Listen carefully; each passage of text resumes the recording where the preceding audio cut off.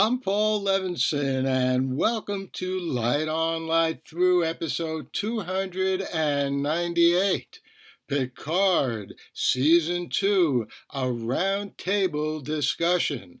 Well, I was part of a superb roundtable discussion just last night. Captain Phil invited me to his show on WUSB Radio. That's Stony Brook's radio station. And I had a great discussion there with Captain Phil and Michael Rizzo and MaryBeth Ritkouski. Both of them are avid Star Trek fans, and they also have been organizing an important event for Star Trek fans, Ticonderoga. Anyway, we talked about not only the second season of Picard, we talked about the first season, we talked about our favorite Star Trek episodes across all seasons, we talked about the original series, we talked about the next generation. But rather than having me summarize everything that we talked about, here now is the conversation. The Light on Light Through podcast. So what do you think, guys, of the supermassive black hole? We're on the air with Paul Levinson, MaryBeth Ritkouski, and Michael Rizzo. Here you are. I just put up your volume here. Hi, guys. How you doing? Hi. Oh, good evening. I'm doing great. By the way, are you talking about the black hole in Picard or the black hole in the Republican Party? well, I have you booked. I have you booked to do another politics show, but we're going to avoid that tonight. But actually, you know what? When this news broke of the black hole, and I watched the second episode of Strange New Worlds last night, in the middle of the night, MaryBeth, very, very late at night. I watched the Will Wheaton talk show afterwards, and Will Wheaton quoted Larry Niven's Ringworld. Paul, how cool was that? Did you realize that? Have you been watching Strange New Worlds yet? No, I haven't gotten around to it yet, but I think it's very cool. And look, Wheaton has been all over the Star Trek place lately, right? He showed up in the last episode of Picard. It was shocking. Nice. Yeah, spoiler alert. Yeah.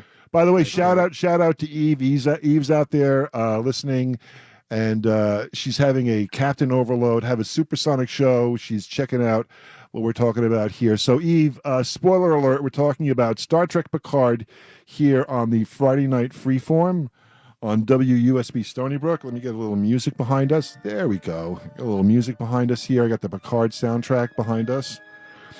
And you know what? Before we start and get into talking about the actual show, Paul, Michael, and MaryBeth, let's go in that order. Give us your contacts, your websites, your URLs. Where can people find you? We'll start with Paul Levinson. Okay, well, as of now, Twitter is the place where people most reach me. That's at Paul Lev, Paulllev. I hope Elon Musk doesn't throw me off the system, but he's not buying it. He's right. Broke. He's not buying it. He's going to buy a 7-Eleven instead. Good. That would be a lot better for the world. But anyway, we're not supposed to talk politics or anything like that. So they can find me there. Look, if anyone does a search on my name and puts the word Amazon afterwards, they'll find every single book I've ever written or have a story in or an article in and so on. So I also have a YouTube channel, same deal, under Paul Levinson. I have a podcast. The name of that is Light On, Light Through. I have a couple of blogs. Probably the most popular one is Paul Levinson's Infinite Regress. Mm-hmm. So that's a good, all those places are a good place to start. Awesome. And Michael Rizzo, your claim to fame is the distillery that you're running with your friend MaryBeth Ritkouski, and of course your association with Ticonderoga. So tell us about that a little bit. Right. Well, we do a weekly Facebook Live show called Sci-Fi Distilled, and we talk about pretty much anything sci-fi, TV, movies from the 80s, 90s to current. So we try to do stuff that's already, if it's a series that it's already completed, so that we can talk about it in its whole entirety. And you can find us as a podcast after the show. We put it up in the various podcast places, but you can find us on Facebook at facebook.com/distilled. And we have a little bit of an alcohol theme to our show in the distilled part. So we always have a drink of the day for each show. So hopefully on theme with what we're talking about. And I'll let MaryBeth talk about the Trek Condoroga thing, since that's really her bag, but we both volunteer up there. Go ahead, MaryBeth. Yeah, so we do both volunteer at the Star Trek Set Tour, and they are on Twitter under Star Trek Tour, but you get more information if you go to www.startrektour.com, and we're having some great events coming up this summer, so I can talk about that when we wrap up, but yeah, check it out. It's fun stuff. Fantastic. So I know MaryBeth and Michael, you're both longtime Star Trek fans. Not to put the mark on you, Paul, but did you watch Star Trek First Run? Oh, absolutely. Tell us about that experience, because I didn't. I don't think MaryBeth and Michael did. What was it like seeing it? Were you actually, I don't know how old you were then, but were you at the WorldCon where they premiered it? No, I didn't go to WorldCons then. I was only 2 years old. Okay. So I was a little older than that. But I watched and loved the original series. And to tell you the honest truth, and I'm sure I'm not the only one who feels this way, although I think there are episodes in Star Trek The Next Generation which are better than some of the episodes in the original series, by and large, I still think the original series was the best Star Trek series ever on television.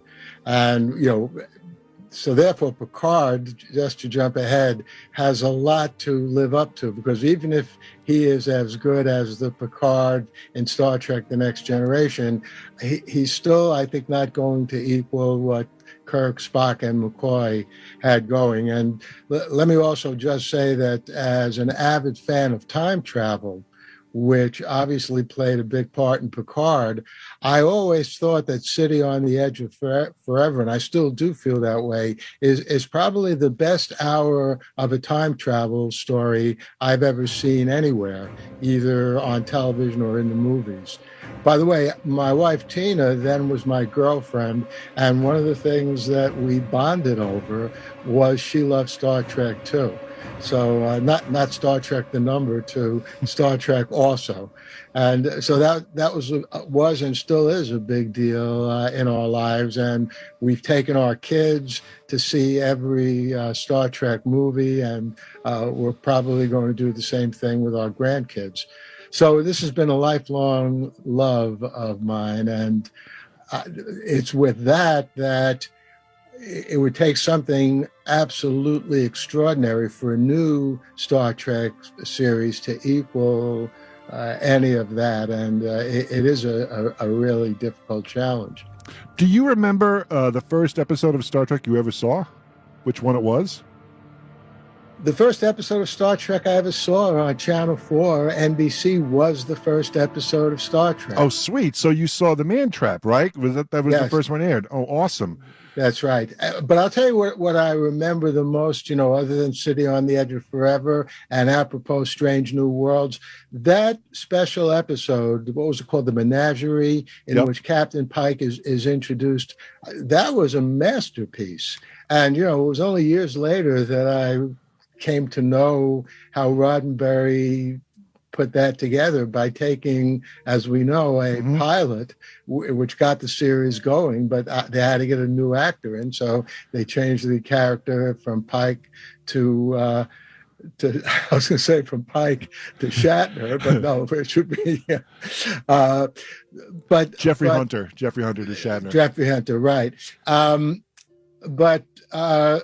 That was really an extraordinary. It was, I think, a 2-part show, wasn't it? It went for 2 hours. Yeah, and the thing, and we're going to go to Michael in a second here. But the thing that I find amazing about the Menagerie from the original series. It's also an episode that plays into the New Strange New Worlds show, and a few other items from the original series have wormed their way into Picard as well. But the thing that's amazing is that it's a TV show that is the people on the TV show watching a TV show. Right? Yes. They're sitting there watching a TV show. We're watching them watch Star Trek. So it's kind of like one of those paintings with the mirror, one of those infinity paintings. You just keep going in and going in, you know. Michael Rizzo, what was the first original Star Trek episode you ever saw? Do you remember? I have no idea. I saw it in syndication. Like a lot of us of my age, I'm in my 50s, in the 70s is when I first was exposed to it.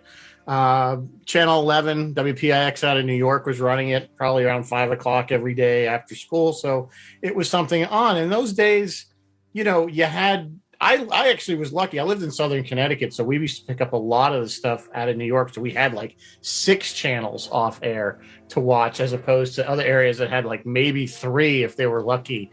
So we had WPIX, which is an independent, and we ran that. So, you know, you didn't have a lot to watch, and so Star Trek was on. So it wasn't that I was enamored with it. It was you kind of were almost force fed it initially, that and like Lost in Space, those old shows, but it definitely kind of became part of my personality. And then, you know, I am of that Star Wars generation. That's really, you know, in 1977, I was 10 years old, and that movie came out, and my world changed. And I still consider myself a fan of both. But as I matured, I definitely started coming back more to Star Trek in the 80s and stuff like that, to the original series. And I agree, the original series is still the best of anything. And I know that's probably coming from somebody when we've done these, you know, these Trek Conderogas, and we talked to all these different fans of the show. And I find that the fans find their favorite show is the one they were first exposed to. You know, I did a panel once, and we kind of went around and said, you know, what's your favorite? And there was one person that said Star Trek Voyager is my favorite. And I was like, okay, you can leave now. But jokingly, you know, but that was what she was exposed to first. You know, that was her first Star Trek. So of course it's her first love. MaryBeth, let's give it to you. So, of course, you're deeply involved with Trek Conderoga. You're the original set tours, and you have the same experience as Michael does, where you encounter the fans. You are like the point person as people are coming in and seeing them. So you have that consideration. But what's the first original Star Trek episode you ever saw? You know, just like Mike, I actually don't remember. Star Trek was something that my dad introduced me to. He was the fan. I know my mom has said many, many times that they were dating in the 60s when that show came out. And my mother would say, you know, it was Friday night. We weren't going out until we watched Star Trek. So my dad was the one who introduced me to the show, and we would watch it in rerun, of course, watch it every week together. But, you know, Rizzo is absolutely right. The one you're first introduced to is the one you love best. And but I got to say, I was a teenager when Next Gen came on, and would watch that. And I have a soft place in my heart for Next Gen as well. So yeah, you don't forget your first Star Trek love, I guess. No, and you know, agreed. I do have a distant memory myself of seeing Star Trek first run, so I would have to be about 4 years old or 5 or 6 years old, and I would watch Lost in Space. I had no comprehension of when shows were on TV, what time they were on TV. I remember encountering Thunderbirds that same way, where it was on TV. I couldn't believe what I saw, and I could never find it again because I didn't have the mental capacity to look at a TV guide and change the channel, I guess. But I remember watching Who Mourns for Adonais and remembering like it made a major impact on my young mind with Michael Forrest throwing lightning bolts at the Enterprise, with George Takei sitting at the helmsman, you know, console, hanging on for dear life as the Greek god Apollo is shooting lightning out of his finger at a spaceship. And that stayed with me. I can't say that's my favorite episode, but it really has a deep place in my heart, especially since I did get the chance to interview Michael Forrest and ask him about that actual scene as well. And such a wonderful actor who's still with us to this day. But I did watch Picard, and going back to what you said, MaryBeth, about Next Gen, I found it, it took a while for me to wrap my head around this, but I think I sort of got the idea when basically I'm almost finished watching The Orville right now. The Orville is a love letter to Star Trek The Next Generation. And of course, spent some time talking with our mutual friend Rory Kelly, the musician. And Rory loves Star Trek The Next Generation. And I came to realize that for a lot of our fans that are coming into these things, that they are fans of Next Gen. And Next Gen holds a place in their heart where the original Star Trek is in our heart. And I find that interesting because, going back to what Paul said at the beginning, Picard is a show that is removed from the source material by a TV series and a series of movies. So it's kind of like far away from the actual, the actual beginning of it, the actual text, if you want to call it that. So with that in mind, I'm going to go back around the bend here to Paul. Briefly, tell us what you thought of Picard. What did it get right, and what did it get wrong? Let me first say two things in response to what MaryBeth and is Rizzo your first or your second name, by the way? I don't want to be rude. Well, you would be confused. Most people refer to me as Rizzo, but it is my last name. Okay, Michael. Anyway, just two brief points. There's and I can't remember the name of this either, but I'm sure you're all aware of it. There's been an anthology of essays about Star Trek, which Robert J. Sawyer and I don't know who else. I think he co-edited the anthology with someone. Anyway, I have an essay in that anthology in which I point out that the syndication that Michael was talking about really was a first in terms of what Star Trek did. Now, there were shows in syndication like I Love Lucy and even the Jackie Gleason show, which were enormously popular, but not in the way that Star Trek, when it went into syndication, became so popular that it set the basis for a new series, and then a movie, and then a series of movies, and then a series of series. So that's really amazing. The other point I want to make, and then I'll get back to Picard, the first love syndrome. So maybe it was both MaryBeth and Michael. I realized that a long time ago, and that realization came to me that people love what they have first experienced. I had a conversation with this guy at a convention back in the late 1990s, and we were talking about what our favorite Star Trek was. And he said, "Oh, it's Star Trek, the motion picture." And I said, Mike, I couldn't believe it, and every bit of Star Trek is worth seeing to some extent, but that, even to this very day, I think is, the worst effort that Star Trek put out. And I said to him, well, did you see the original series? Did you see The Next Generation? And he said, yeah, but, the first Star Trek I ever saw was the motion picture. Then I went back and I saw The Next Generation and the original series, and they just didn't hold up, to that cinematic sweep of that movie. And that's when it dawned on me that it couldn't be that the movie was better. I knew that it wasn't, or anyone would think objectively somehow it was better. It was just an expression of something else. Anyway, so I called that the first love syndrome, and I think I put that in one of my books back in the late 1990s. But let's get to Picard. I'll tell you one thing I really didn't like at all, and unfortunately this, I think, has been symptomatic, this kind of thing, of all the new Star Trek series on now called Paramount Plus.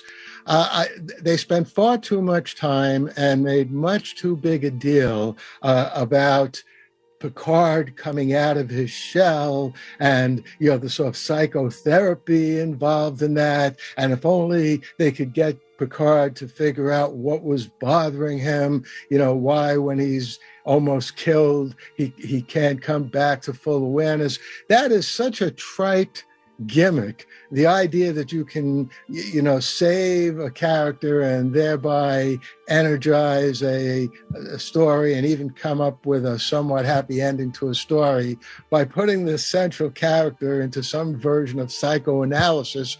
I think if Freud were alive today and he saw that, he said, no, that's ridiculous. That's not the way it works. It's way too heavy-handed. So I got to say, I didn't like that at all.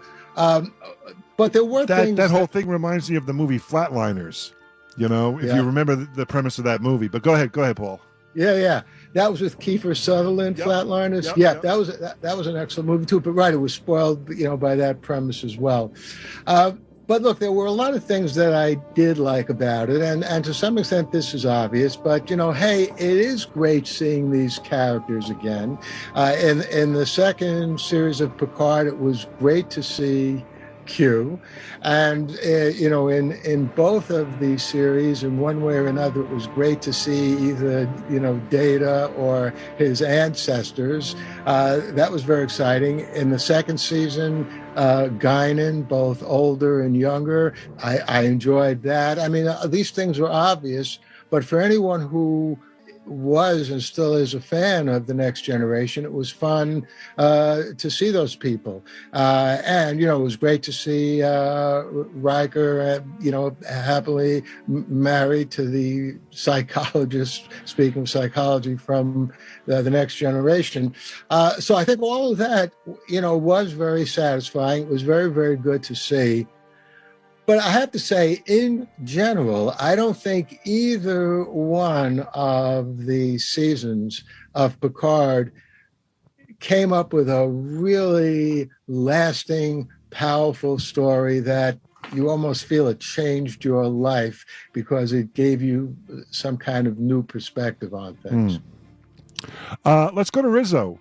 Rizzo, I think Rizzo really had some harsh words for first season Picard. We're focusing on the second season. We know you didn't like the first season Picard, but what was in the show for the second season that you enjoyed, and what were the problems that were still bothering you?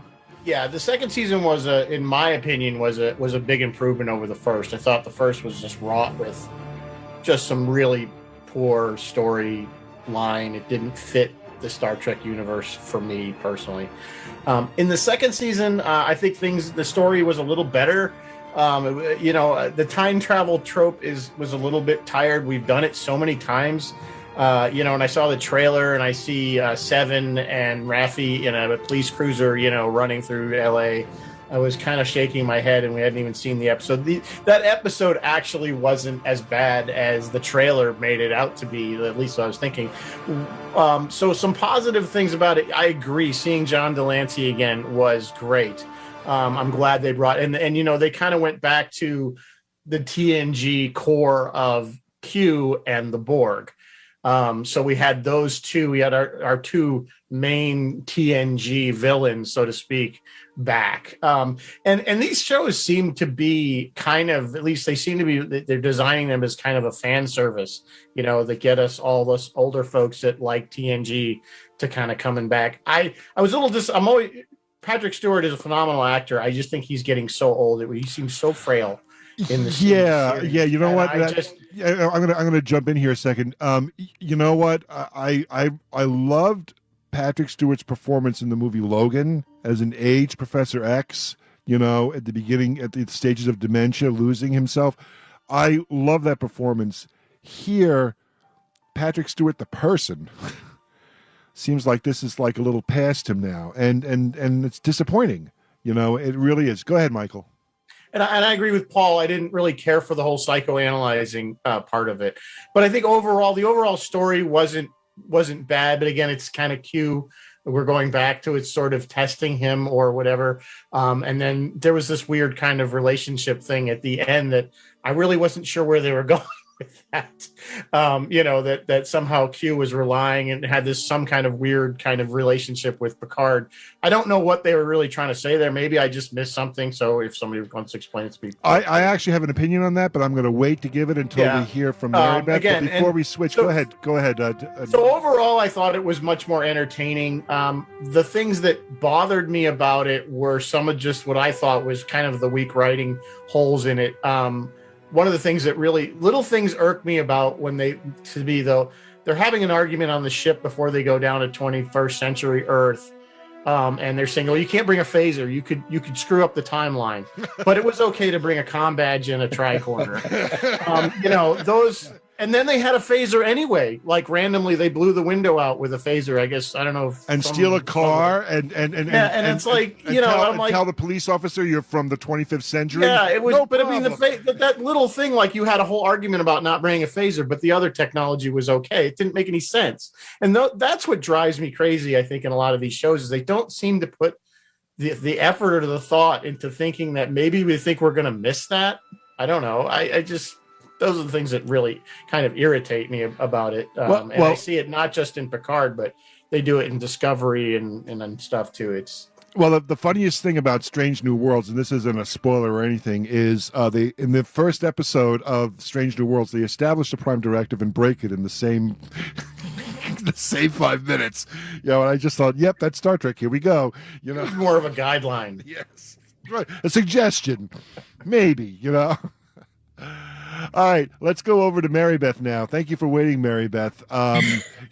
Your highlights and disappointments of Star Trek Picard, probably the handsomest captain in Starfleet. I don't know. I mean, I guess you're a Jim. I would think you're a Jim Kirk fan.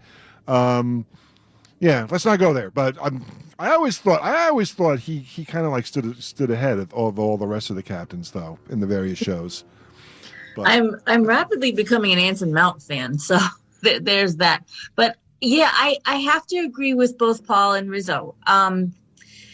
The show so far has strengths and weaknesses. And what I keep coming back to, what I keep rolling over in my mind is that so friends at CBS were telling us that the Star Trek The Next Generation, the Enterprise D, and Captain Picard are, I believe to this day, CBS's number one Star Trek franchise, number one ship, and number one captain.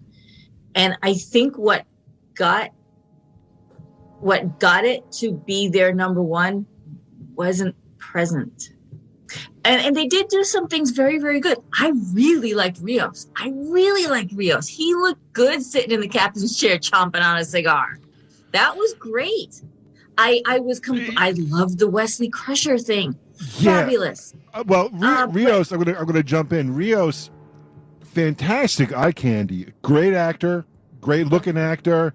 He's got the whole thing down, but so much emo, so much this and that, and the first season I just wanted to rename their ship the USS Crybaby because everybody seemed to have like some emotional crisis they were getting through. It's like, does anybody like the replicator must be making Kleenex nonstop on this ship because everyone's always crying. The new Star Trek film. That is a recurring new Star Trek. Yes, that is a recurring complaint.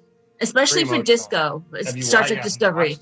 People will stop in the middle of a crisis to talk about their feelings. And I don't remember that ever really happening before. And if you really were in a crisis, you don't have time to stop and psychoanalyze. You got to deal with what you have to deal with. So, I don't know. I think that's where it's maybe taking a few missteps.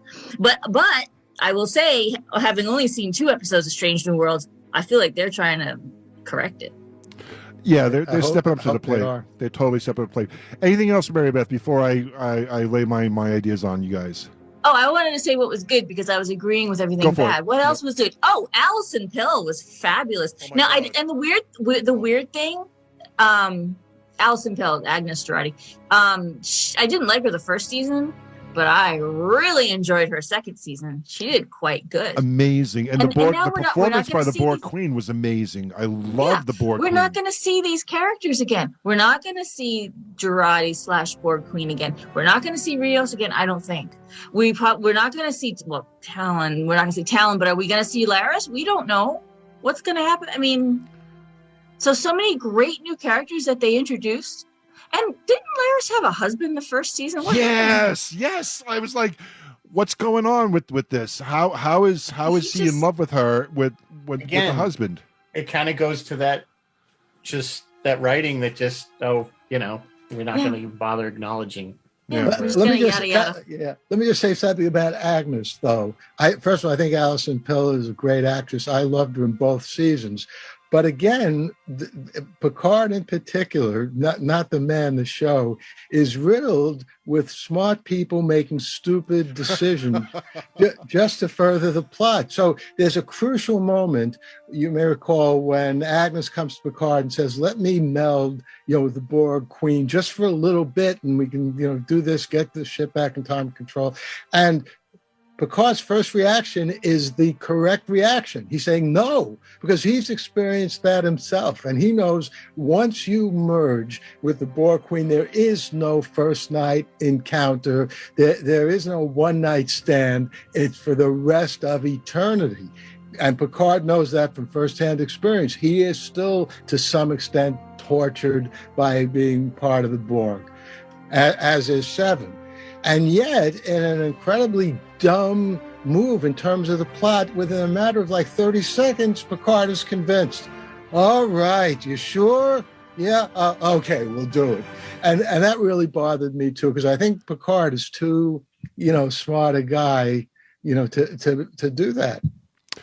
Michael Rizzo wants to jump in now. I just got the message. Go ahead, Michael. Yeah, when you were talking about the Borg Queen, it brought up another thing that I was questioning. Maybe somebody has an answer for this.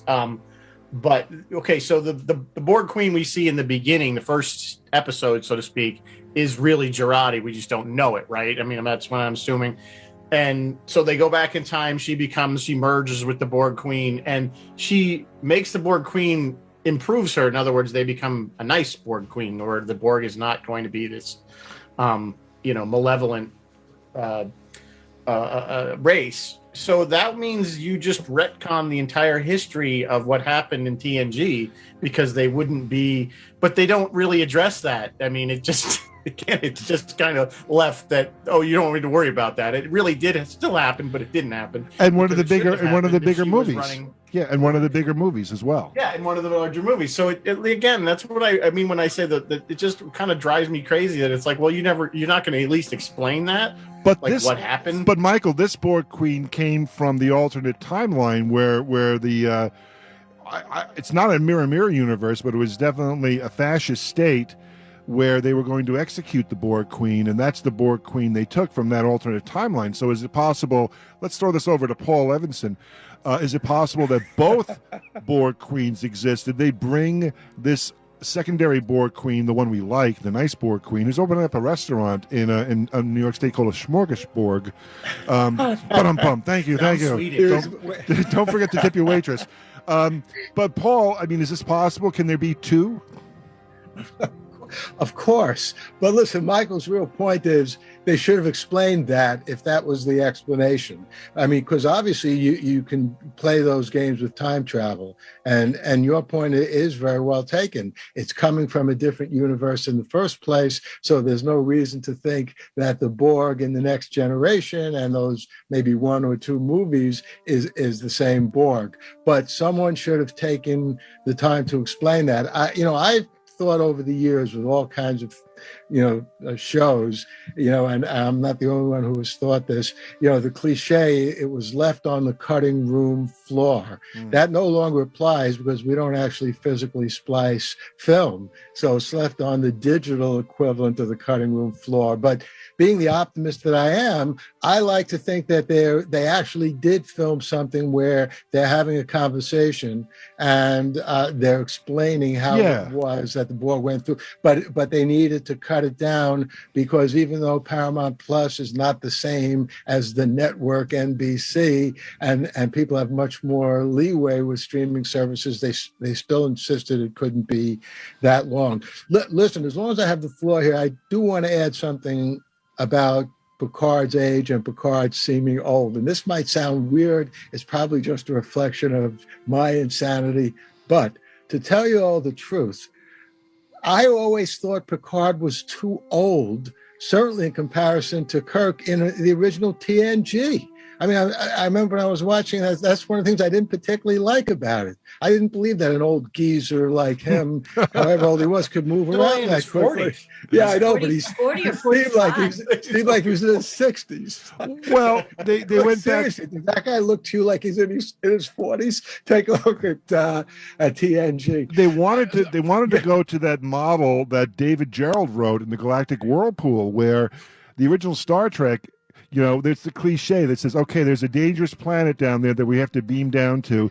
So let's get the captain, the first officer, and the doctor, and anybody else essential to running this ship properly, and beam them down there and put them right in the right in the water with the shark. You know, so David Gerald's novel, which came out in between the original series and Next Gen, The Galactic Whirlpool, has Kirk being forced to stay on the bridge. And they talk about that. I believe they found a generation ship, a universe ship in that story, because Gerald is a big Highline fan, you know. And so, but I just remembered that coming from there. And that was the original intention of the Next Generation, that Riker, the handsome Riker, would go down there and get into all the physical stuff, and Picard would sit on the in the center seat and recite Shakespeare, you know, and pontificate and that sort of thing, which he's great at, you know, which is amazing. And no, he became a quote unquote action hero, you know.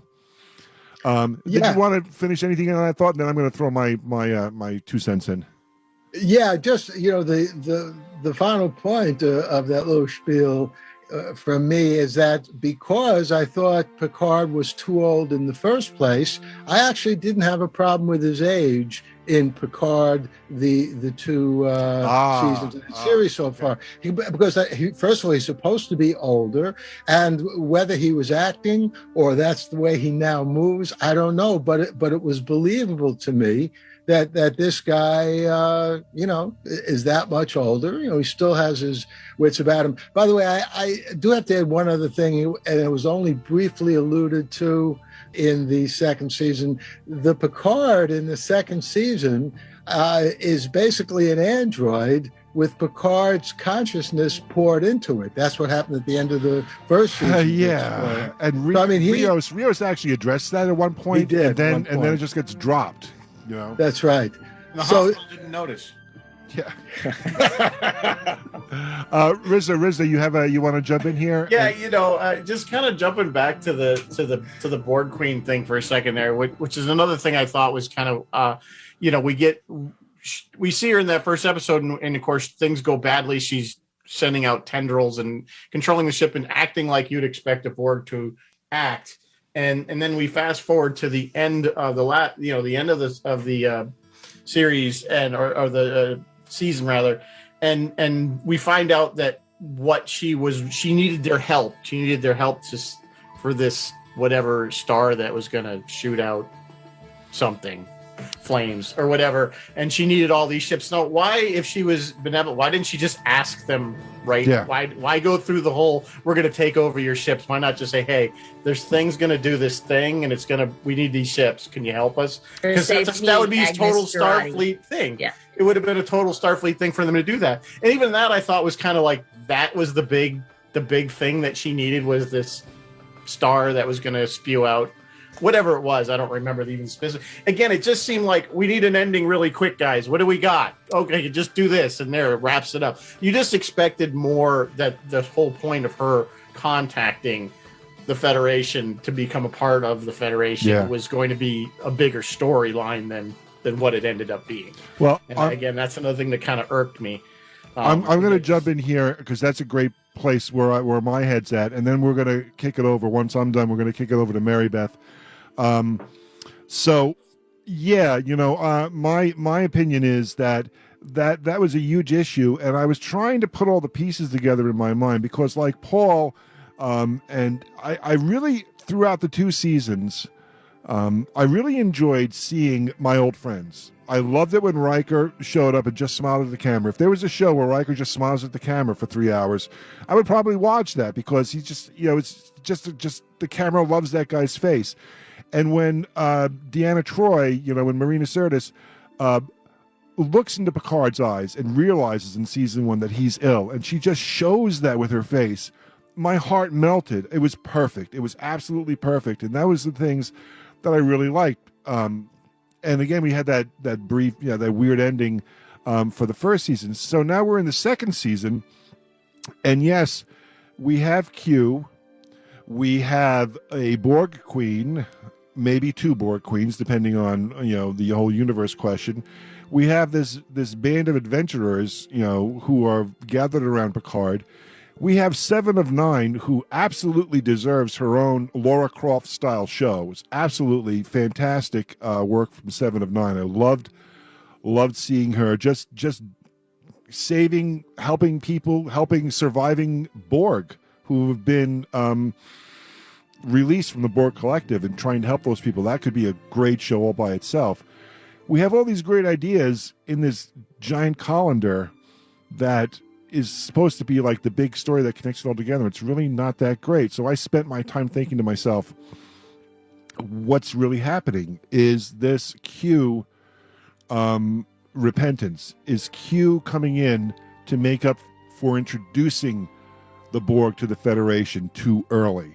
Is he changing this because he never should have done that in the first place? Is Q dying? Was that explosion in space the after effect of a member of the Q continuum dying? And did he put all these pieces in place in order to protect, to do something benevolent for once, because he doesn't have the power to save those planets, to save that part of the galaxy? Because if I'm thinking about it, it's like, okay, there's a bunch of ships, and there's the Borg, the giant flying Borg ship, which I don't want to tell you what it resembles, but it does resemble something. You know what I'm saying? And it's like, that ship looks familiar. So this is a whole Everybody Loves Raymond reference there. Can they do they have the power to stave off a galactic event? We're talking about things the size of a solar system. Ships aren't that big. The Borg ship isn't that big. Is there enough power? Can they generate? So all those things were like just rumbling around in my head. So I'm thinking, does this connect to the death of Q? Is Q trying to fix the wrongs that he's done? I always believed he was the Squire of the Gothos. Okay, I always believed he was Trelane, and he wasn't fully mature yet. So I think he was making up for those things. And then wrapping up everything else, all those minor stories, Rios, 7 of 9, everybody, reads to me like the TV show Lost, where the actual personal stories of each character was fascinating. But when we got to the end of Lost, I could care less, because I loved seeing those personal stories play out over the seasons, all their individual stories. And that's what I was getting from this. And I kind of liked everybody, and the subplot with Guinan standing on the street in San Francisco and saying they gave up their hoods and now they're wearing suits. That was amazing to me. That was like, okay, it's finally become Star Trek. It's taken a season and a half, and here we are. Finally, we're making a comment on society, and I love that. So, yeah. So anyway, I'm going to kick it over to MaryBeth. MaryBeth, we talked a lot, and you hadn't. So now it's your turn. Yeah, I love when they comment. I love when they make comments on what's really going on, and they do every now and again. So I will give them kudos for that. Yeah, you're right. Where did this go? And where are they going to go?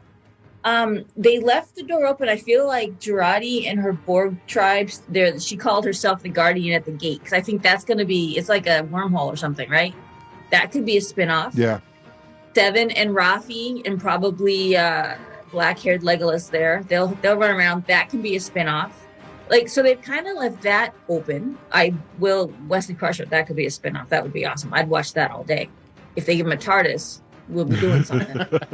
What happened to the FBI guy?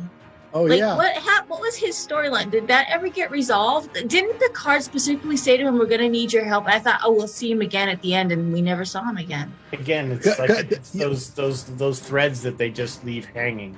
And I'll tell you something else. The FBI guy was played by the same actor who played an FBI guy who was involved in the television series 12 Monkeys. And he did a really good job there. And if you're a fan of The Shield, which in my view is one of the all-time great corrupt detective shows, he played, somebody in that show as well. So this guy is an excellent actor.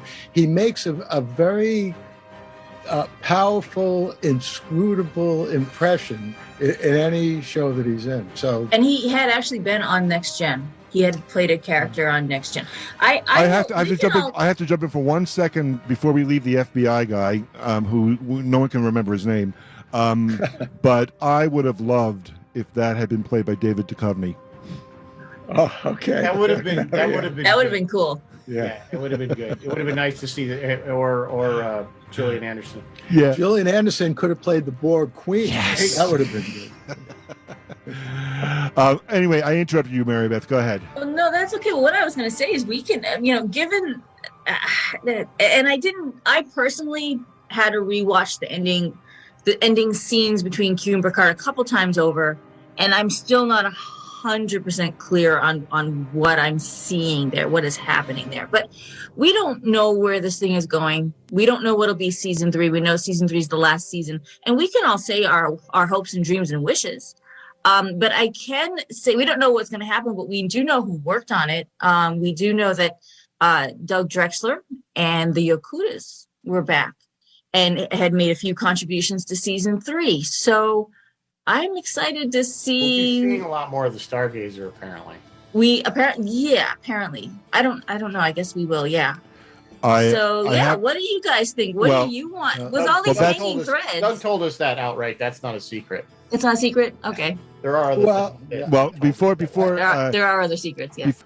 It wouldn't bother me one bit if season 3 ended with Picard in a hospital in the state of dementia, and all this thing has happened in his mind, or he walks out of the shower in Dallas. He's got to wake up next to Suzanne Plachette. Exactly. that would not bother me one bit. That he, this is him, just wool gathering, and just. I just have to jump in here. Go ahead. He's going to wake up next to Victoria Principal.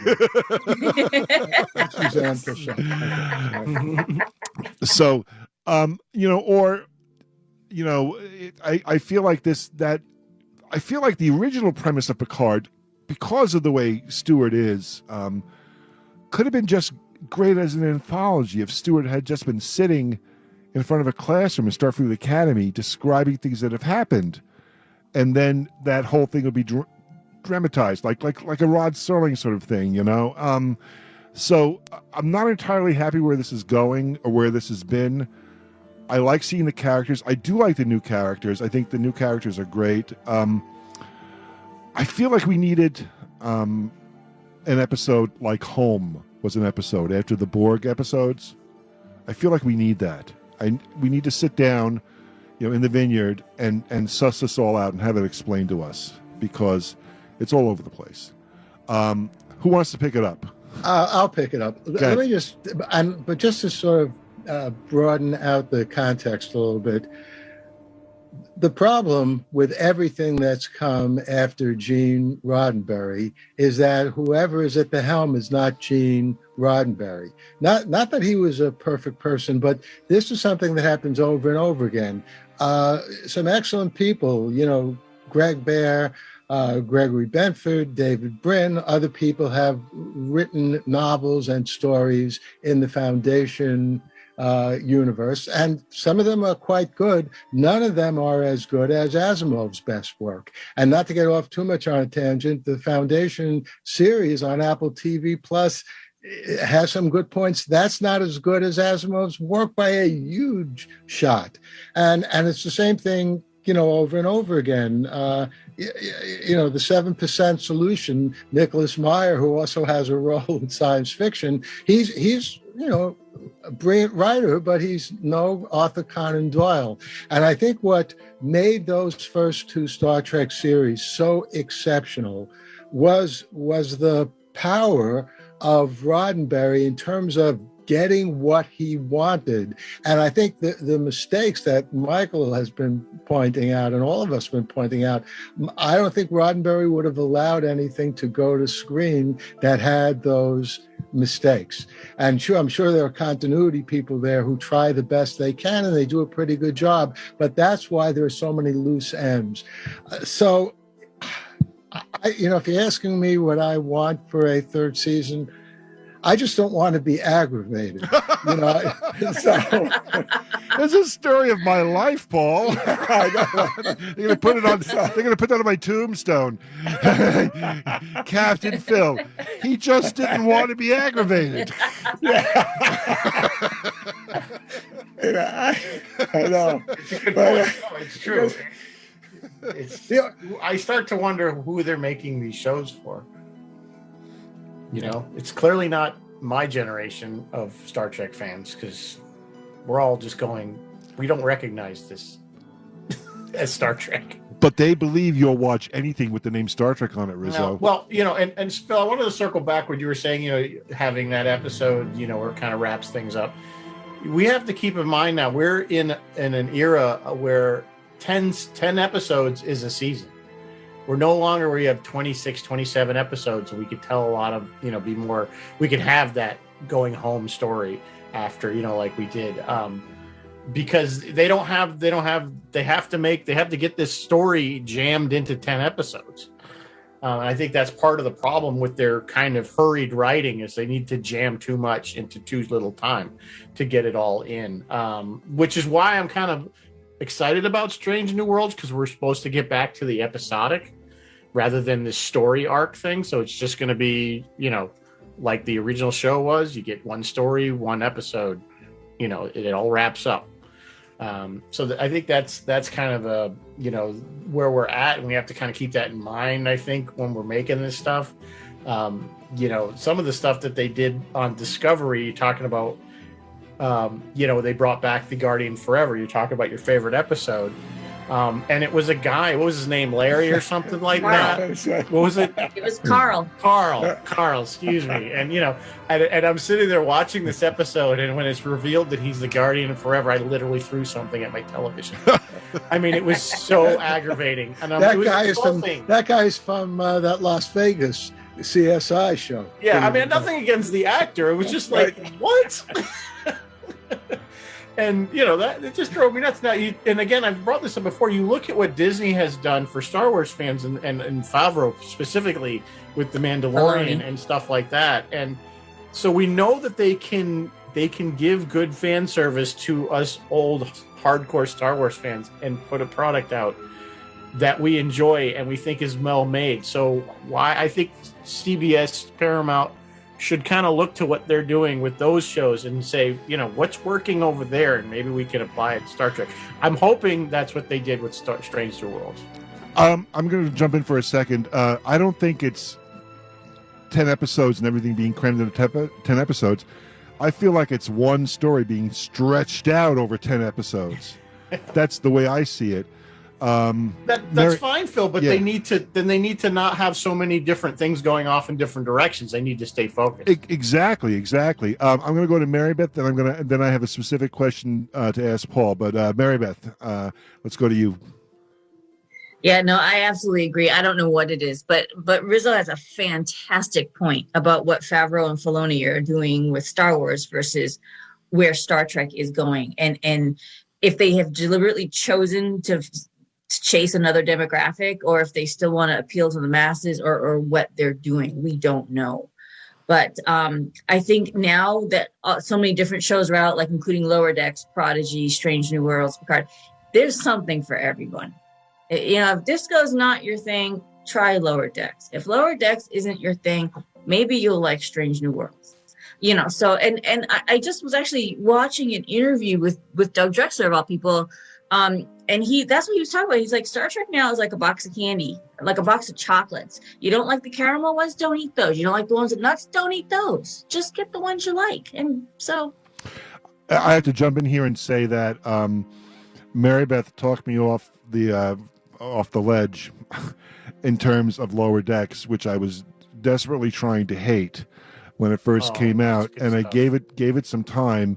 And because MaryBeth is Betazoid, she was able to get me to watch it, and I swear it's become one of my favorites of the new shows. That is a fan service show. That is a fan service. You know what? The Tom Paris plate. I thought I was going to die. I was laughing so hard. The tears are coming down. It was just that plate, it was just the greatest thing ever. Oh, he has what Rizzo went to get one. I say this every time. Oh, yeah, there's the Jordy Bear. Every time we talk about Lower Decks, I say this, but it bears repeating.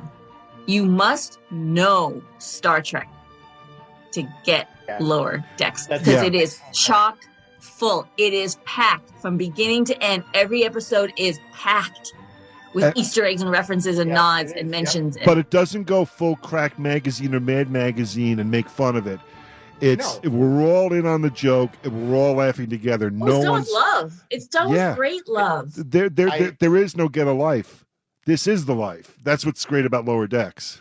I was watching it, Phil, one day. My wife was sitting there, and I'm cracking up over the little jokes of there she's got, that we all as Star Trek fans get. And my wife is sitting there, and she's like, "What is so funny?" And I'm like. She's like, I really don't get that. I'm like, this show's not made for you. Not for you. This is made for the hardcore Star Trek. I was watching it in my bedroom, and I actually might have been sick and gotten my second vaccination. It wasn't feeling good, and I was laying there watching it, and my wife Annette came in when they were doing the flyover of the Cerritos in Star Trek the motion picture style, and Annette, who is who knows, and that's married to me for 30 years. She looks at it and was like, oh my God, they're doing the flyover from Star Trek the Motion Picture, a movie that's played like 500 times in my house, because I love that movie, Paul Levinson. You're the guy I was talking to. I love it. So I watched a little bit of Star Trek Prodigy, which I kind of like. I actually just like having Janeway back. In Prodigy, I'm still, the story seems to be, it reminds me of Peter David's Space Cases a lot. So I'm enjoying that. I have not finished Discovery. I had to stop Discovery for a bit because I didn't like the way it's filmed. It's too crazy. There's like always something happening. It's like watching a movie with a strobe light going off in your face. You're not missing anything, Phil. Well, I want to get to the part. I'm in the second season. I haven't finished the Captain Pike arc yet, so I know I'm missing something with that. Stop watching it after that. Okay. I agree. I stopped watching the new season. Honestly, this is. I struggled through this current season because I felt as a Star Trek fan I had to watch it. Struggled through it, got to the very last episode and never watched it because I could care less what the actual point was of the whole season. I just didn't care. Season 2 was their high point. Yeah, I agree. Season 2 why? Because of. And you know why? Anson Mount. Yes, you're completely right. Well, I have to tell you, we're talking with Paul Levinson, MaryBeth Ritkouski, and Michael Rizzo, the infamous Rizzo, here on a Friday Night Freeform. We're doing a deconstruction review of Star Trek Picard. We're having a really great time just chatting. I hope you're enjoying it and indulging us a little bit.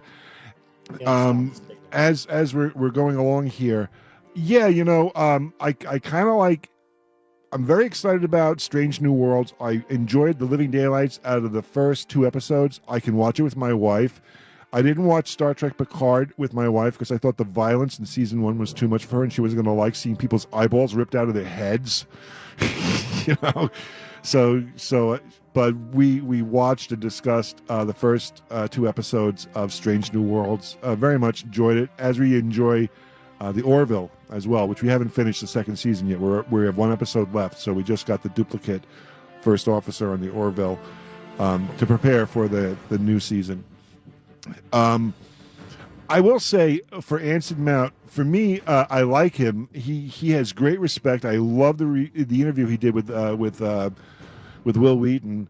In that first episode, when he makes that speech to stop the planet from nuking themselves, and he beams down and he says hi, and he starts doing that speech just like Michael Rennie did, from The Day the Earth Stood Still, which they did a callback to in that episode.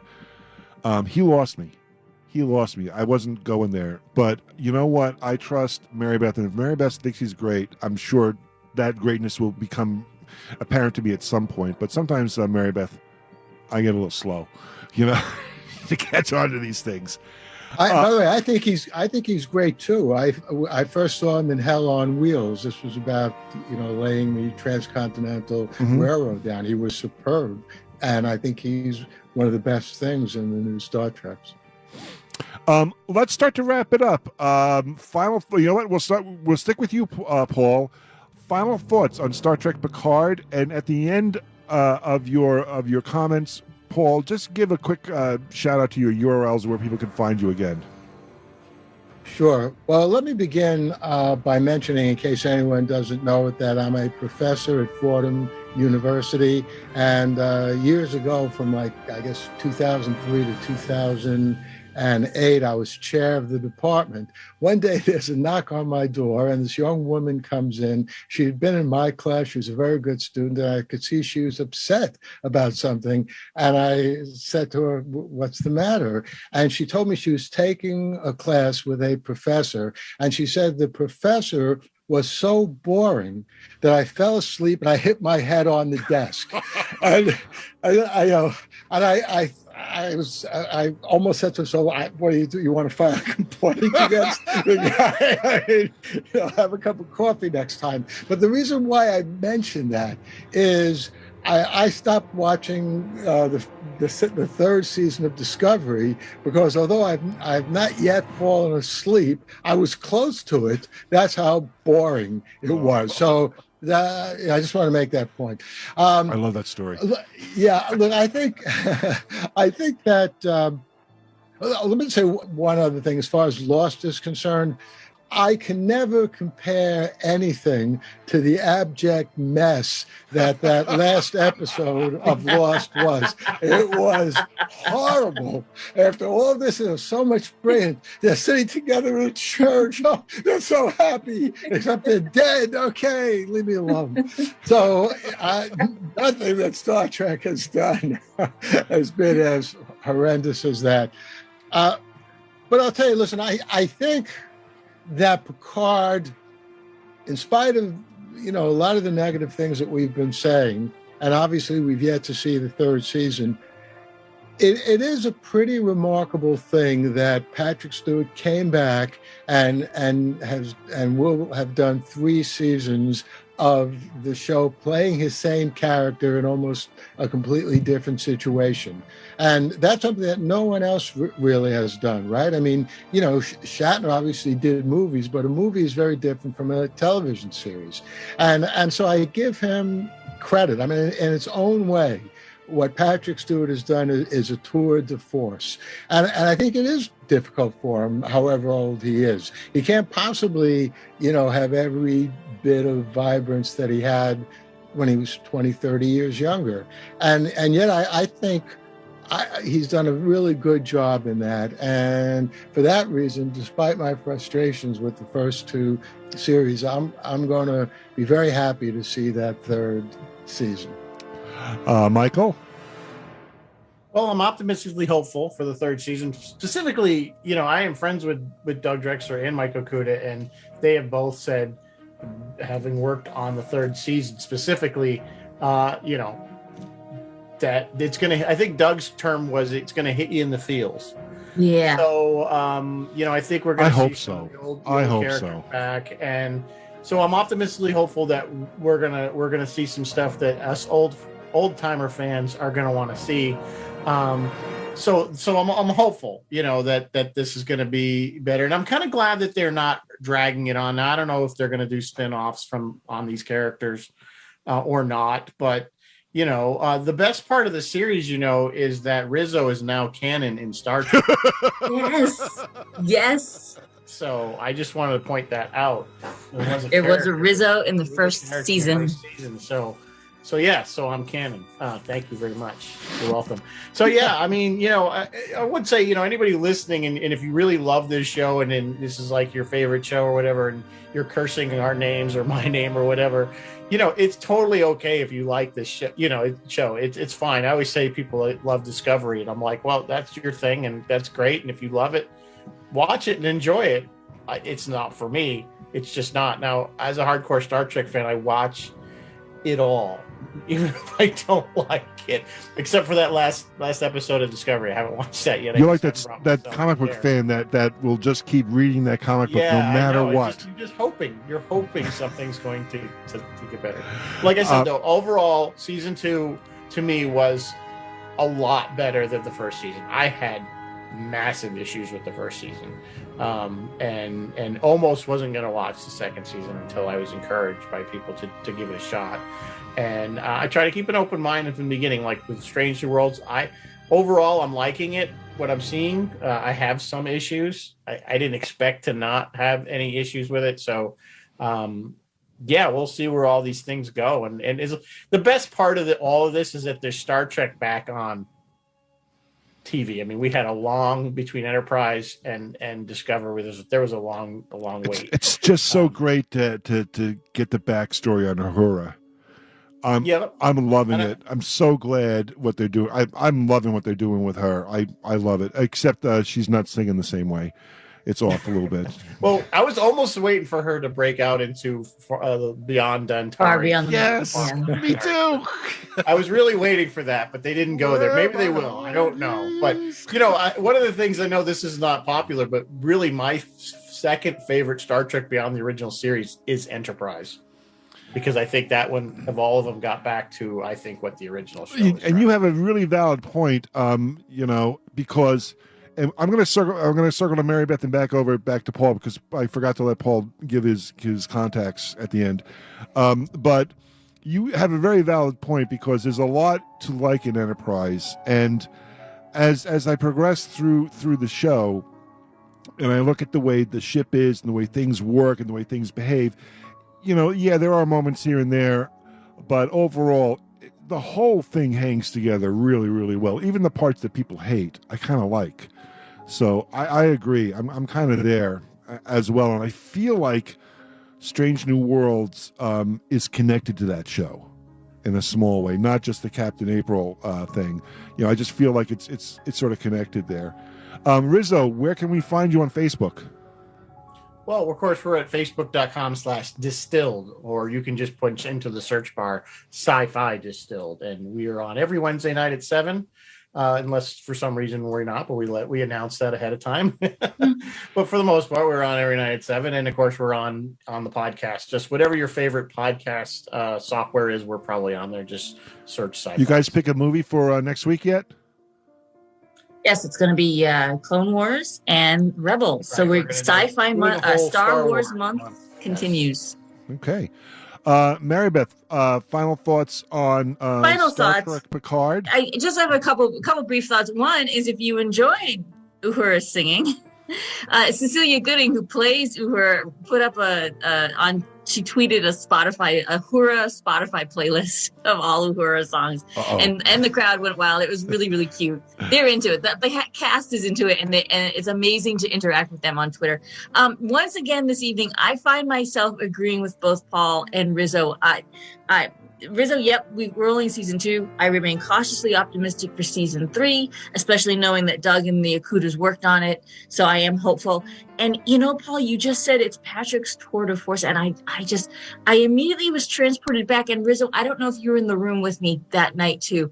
Do you remember going to Star Trek Las Vegas and they were announcing Picard, and Patrick Stewart wasn't meant to appear but they get up on stage. I don't remember who it was. It wasn't Mr. Van Sitters. It was one of the guys. And here's the star of our latest show, and out walked Patrick Stewart. And the roar that went up. People lost their minds. Wow.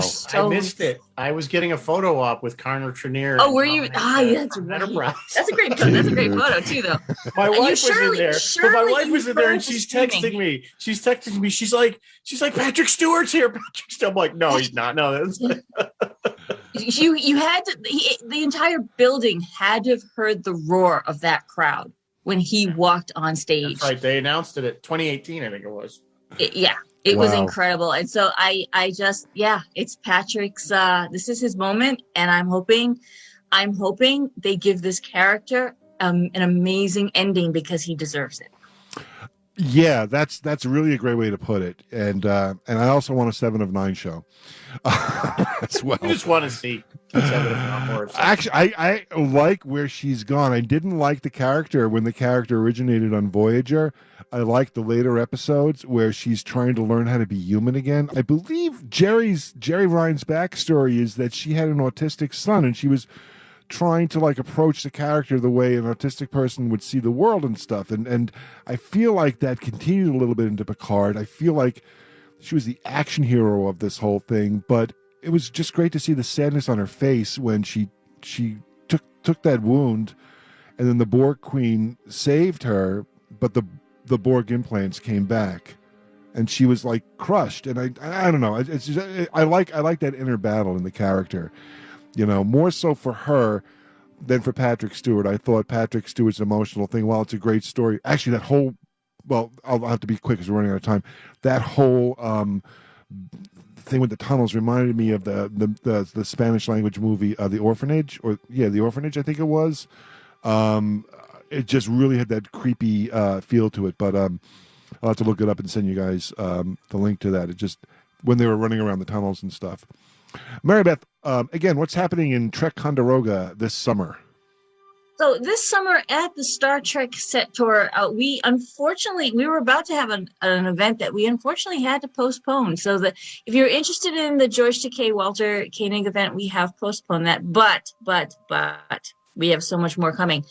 In July, we have none other than William Shatner, Captain Kirk himself, will be visiting for the sixth time, I believe. Lost track of how many times. We've lost track. He keeps coming back. And in August, for our annual event, Trek Condoroga, we will be having Gates McFadden, Brent Spiner, and John Delancey. So 2 of the stars from this season, and I believe Gates has been announced that she will be appearing next season. I believe they've already announced who's going to be on next season. So, if you want to meet these guys in person, come on out to Trek Condoroga. The website is www.startrektour.com. MaryBeth, don't lie to us. Is William Shatner actually living on the set now? Yes. The captain's quarters is his bedroom. I knew it. And those replicators really work. Does like coming up and the there. replicators really work. Yes. And the transporter. I want to throw a quick question to Paul. Paul, Michael Chabon was involved with this show early on. What happened? I thought Michael was a great writer. Well, he is, but that's what I was saying. It takes more than great writers. You need some kind of obsessed, semi-maniacal genius at the top who reads every single word and is unafraid to make decisions that are unpopular. That's what it takes to really whip together a show like Star Trek. But I can't let the mention of music go by without mentioning, you can also search on my name on Spotify, and you'll find like 3 albums of my songs, including one called Welcome Up Songs of Space and Time, which, as the title suggests, are songs of science fiction. Like apropos time travel, if I travel to the past to change your mind. Anyway, so you can hear that a lot more on Spotify. Let me just say, though, one other thing about Star Wars versus Star Trek. Actually, I always loved both of those and still do. But I do think that Star Wars indeed deserves the credit of having brought itself forward through the years a lot better and a lot more effectively than Star Trek. And I'm not as much a fan of, the last 2 or 3 movies as I was of, the movies before then. But certainly, the final prequel trilogy that George Lucas did, in many ways, were every bit as good, I think, as the original trilogy. But that's, again, because you had that same mind at the helm. So I'm not therefore surprised that the current iterations of Star Wars are by and large better than what we're getting with Star Trek. Interesting. Well, there's a whole nother show right there, guys. I have to tell you, my journey back to Star Trek after, just putting it aside for years, was a trip to the convention Shore Leave in Baltimore. And when I went down to Baltimore that first time in a long time, I went to the convention and I looked around me, and the convention was a real reflection of what we're seeing on the shows right now. The convention population was very mixed. There was people of color in that convention. There was fans of all shapes and sizes. There was fit fans. There was fat fans. There was gay fans. There was straight fans. But the way they got together and pardon the pun, it re-energized my love of the original show. And I didn't even mind sitting in a panel where the moderator of the panel told us that his favorite Star Trek film was Star Trek V. So it was such a wonderful thing. And I think that's the idea. I know MaryBeth just passed out. But that's the idea I think we're trying to impart to the listeners here, that we have 4 people speaking about this show, 4 different points of view, agreeing on certain things. There are different reasons why we love Star Trek, but we each find we were able to take something from it and make it our own and enjoy it and learn from it and just let it inspire us without tearing each other down. There's a great deal of fellowship and brotherhood and sisterhood in this group, and I think that's the great thing. And when fans attack each other over this isn't any good, or I didn't like this line or that, that's when that goes out the window. I think you have to sit and listen and accept what people say about different things. And if only, Paul, that prime directive could be brought to all other aspects of our lives, where we could calmly and listen to each other and grow from that and learn from that. And I think that's what I find with these new shows. Personally, that's my personal takeaway. So a pleasure. As always, I've made Rizzo and MaryBeth stay up way past their bedtimes. You got to work tomorrow, Rizzo, or are you off? No, it's Saturday. All right, awesome. That's great. But I think the dogs are going to wake up MaryBeth at what, 5 a.m., 6 a.m.? Yes. Yes, the morning comes early. But such a pleasure. And we have to do a quick shout out to our friend who couldn't be here tonight, Roy Belquist, who is a little under the weather. He was going to join us in this conversation, and the show probably would have went to 2 a.m. if we had Roy here with us. But we do want to point everybody in Roy's direction, because he also does one of these Facebook science fiction discussions called Roy's Tie-Dye Sci-Fi Corner, and that's on Friday nights and Sunday nights. And Paul, Roy had on his last episode an interview with the woman who was the stunt person inside the salt vampire costume in the Man Trap. That's great. Isn't that amazing? She's still with us. She was great. She was absolutely great. And of course, in the comment section, of course, I was jumping around saying, pass the salt. I hope she doesn't assault us, because it was just a great opportunity for puns. But such a great woman and a great guest, and you should check that out on Roy's Tie-Dye Sci-Fi Corner. I also suggested that because she could still keep working, that she really needs to be on What We Do in the Shadows as one of the Vampire Council. I think that would be awesome. Anyway, guys, I've tortured you long enough. Thank you so much again, and I will see you soon. And Paul, I will see you on Sunday the 29th. Looking forward to it. Yeah, it's going to be great. Take care, everybody. Take care. Night. Bye-bye. The Light on Light Through podcast. And I hope you enjoyed that conversation about Picard Season 2 and everything else Star Trek. I certainly enjoyed it. Let me fill in two gaps, that is, two things that I and the other speakers in our conversation didn't know, but they came up during the discussion.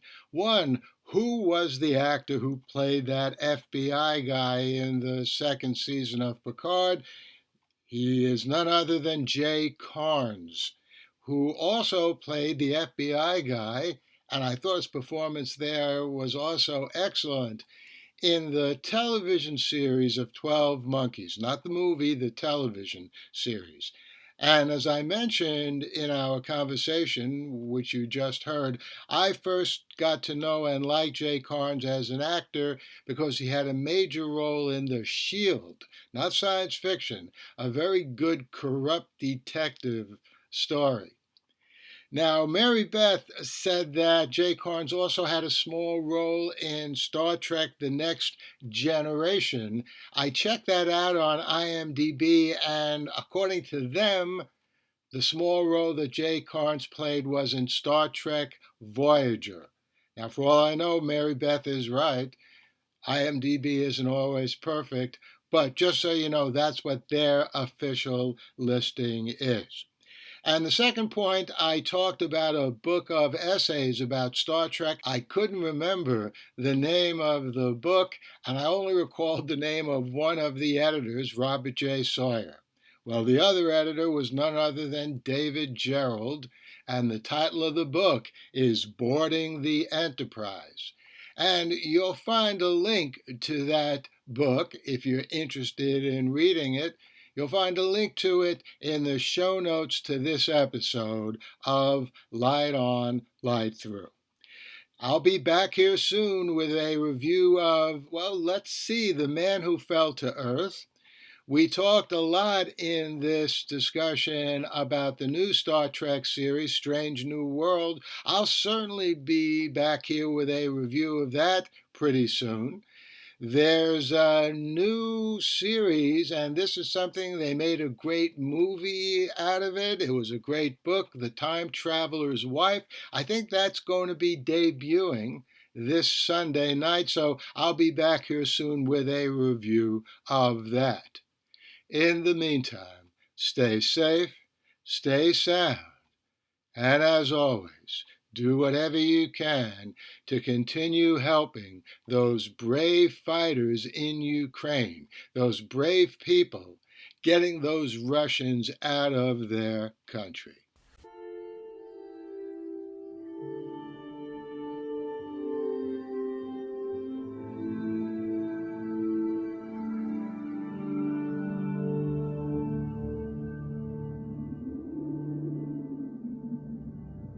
Athens, 2042 AD. She ripped the paper in half, then ripped the halves, then ripped what was left again into bits and pieces of history that could have been. Sierra Waters had read once that, years ago, it was thought that men made love for the thrill, while women made love for the sense of connection it gave them. Curled Up with a Good Book says, Sierra Waters is sexy as hell. You can find out more about The Plot to Save Socrates by Paul Levinson at theplot2savesocrates.com.